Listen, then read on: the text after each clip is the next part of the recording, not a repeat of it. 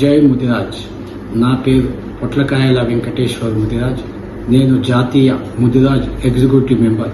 ఈరోజు మీ ముందుకు రానికి కారణం, ఇవాళ రాష్ట్ర ప్రభుత్వం, తెలంగాణ రాష్ట్ర ప్రభుత్వం ఇవాళ ముదిరాజులని సరైన స్థానం కల్పించినందుకు ప్రత్యేక ధన్యవాదాలు. ఈరోజు మా వాకిటి శ్రీహరి ముదిరాజు గారికి క్యాబినెట్లో హోదా కల్పించినందుకు ముఖ్యమంత్రి గారికి ప్రత్యేక ధన్యవాదాలు. ఎందుకంటే ఈ జనాభా తెలంగాణ రాష్ట్రంలో అత్యధిక జనాభా కలిగిన ముదిరాజులకు ఎక్కడ న్యాయం జరగడం లేదు. మేము కూడా గతంలో ఎన్నో ఉద్యమాలు చేసినాం, ఎన్నో పోరాటాలు చేసినాం, కానీ మాకు ఎక్కడ న్యాయం జరగలేదు.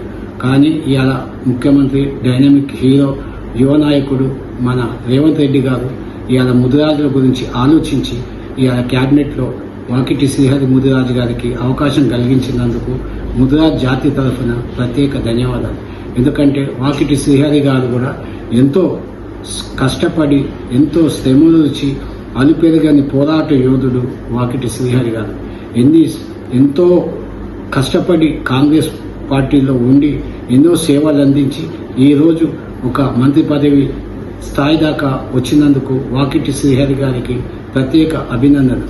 ఎందుకంటే ఇప్పుడు గతంలో మనము ఎన్నో సంవత్సరాల నుంచి ఎదురు చూస్తున్నాం రిజర్వేషన్ అంశాన్ని.